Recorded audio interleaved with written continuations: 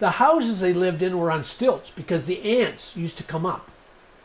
The ants had just ate everything. So they were always on stilts, and they had oil pots. And they had snakes. My mother said, "Oh, snake in the house. Oh, scary, eh?"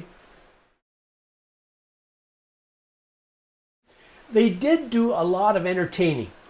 And in the jungles, you know, they had a lot of social life, but it was sort of a, what would you say, a gated community or whatever, because you had to protect yourself against the Dyaks. Sometimes they got a little rambunctious.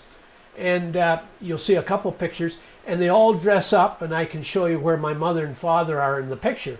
But they did do a lot of that, and also I have pictures, I don't have them with me, playing tennis. And they all wore the whites, nice tennis court.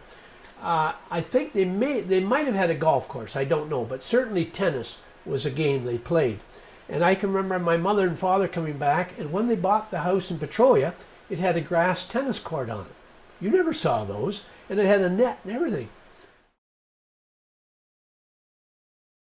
Well, we had a big tortoise, say big, it was all stuffed. We used to have that sitting on the floor, and then we had a little crocodile, and it was all stuffed, and they were both brought back, and they used to sit in our house.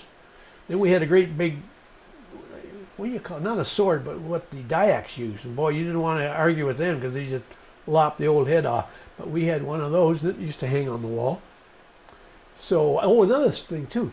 They were coming through Hong Kong on the way back home one time. They had a stopover 2 or 3 days. And they used to make these big cedar chests, all carved. My dad saw these and he says, "Oh, I got to have one of those." So they commissioned this group of artisans to do it. They did it all in one night. And it was all carved on all sides and the top. A beautiful piece of furniture. But it was a cedar chest, and they said that all the carving told a story. You'd have to have somebody tell you what the story was. But that was all done literally overnight so they could load it on the ship and bring it back to Canada.